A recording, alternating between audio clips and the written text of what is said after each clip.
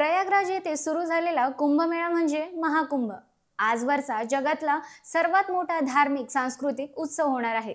मकर संक्रांतीच्या मुहूर्तावर निदान 1 कोटी भाविक अमृत स्नान करतील अशी अपेक्षा आहे। सोमवारी स्नान केलेल्या भाविकांची संख्या 60 लाखांच्या वर गेली होती। हा संपूर्ण सोहळा आता सलग 45 दिवस म्हणजे 28 फेब्रुवारी पर्यंत चालणार आहे।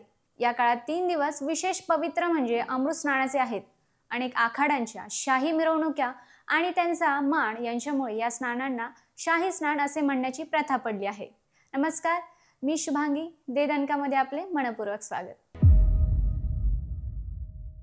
यंदा उत्तर प्रदेशाचे मुख्यमंत्री योगी आदित्यनाथ यांनी अत्याधुनिक तंत्रज्ञानाचा वापर करून महाकुंभ मेळ्याचे सर्व आयोजन जास्तीत जास्त सुरळीत व्हावे यासाठी कंबर कसली आहे।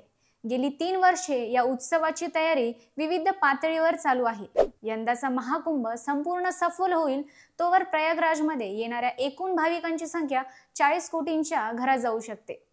हा आकडा कल्पनेच्या पलीकडे मोठा आहे। जवळपास 183 देशांमधील भाविकांनी कुंभमेळ्याची वेबसाईट पाहून यात सहभागी होण्याचा विचार चालवला आहे। विविध देशांमधील हजारो भारतीय तसेच अभारतीय याआधीच भारतात आले असून हा आकडा महिन्याभरात काही लाखांपर्यंत जाईल। इतके भाविक येणार असल्याने असंख्य प्रकारच्या यंत्रणा व व्यवस्था उभ्या कराव्या लागल्या आहेत। उत्तर प्रदेश सरकार काही हजार कोटी या महाकुंभाच्या आयोजनासाठी खर्च करीत आहे। शिवाय केंद्र सरकारने विशेष अनुदान दिले आहे। महाकुंभ ही जशी धार्मिक आघाडीवरची महाघटना आहे तशीच ती आर्थिक आघाडीवरची महाघडामोड होणार हेही स्पष्ट आहे। काही तज्ञ आणि संस्थांच्या मते या काळात किमान 2 लाख कोटी रुपयांची उलाढाल होईल असा अंदाज आहे। ही मोठी उलाढाल अर्थकारणाला तसेच रोजगार निर्मितीला चालना देणारी आहे। महाकुंभाच्या निमित्ताने याआधीच कित्येक हजार रोजगार निर्माण झाले आहेत। हा आकडा वाढणार आहे। देशात धार्मिक उत्सवामध्ये होणारी चेंगराचेंगरी आणि भाविकांचे बळी यांचा इतिहास आहे। सन 1954 मध्ये कुंभमेळ्यात 800 भाविकांचा प्राण गेला होता। त्यानंतरही अशा घटना घडत आल्या आहेत। यंदा हे टळावे म्हणून कृत्रिम प्रज्ञेची म्हणजे AI ची तर मदत घेण्यात आली आहेच, पण योगी सरकारने सप्तस्तरीय संरक्षण यंत्रणा उभारली आहे।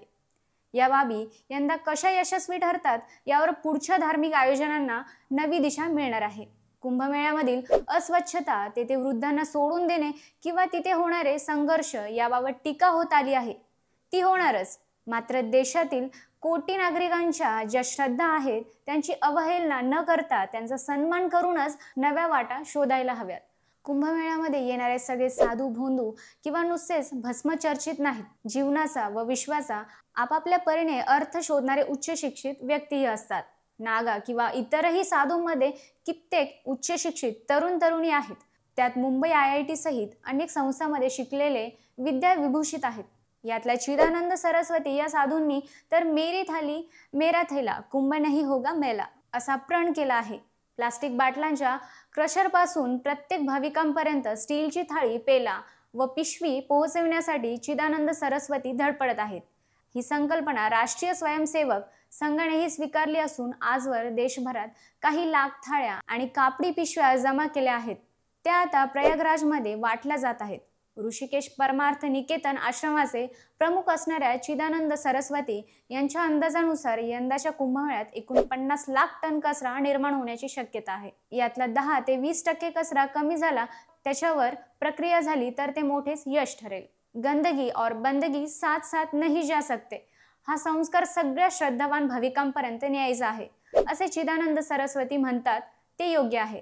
आपणास ही माहिती कशी वाटली ते आम्हाला कमेंट करून नक्की सांगा आणि दे दणकाला लाईक, शेअर आणि सबस्क्राईब करायला विसरू नका। धन्यवाद।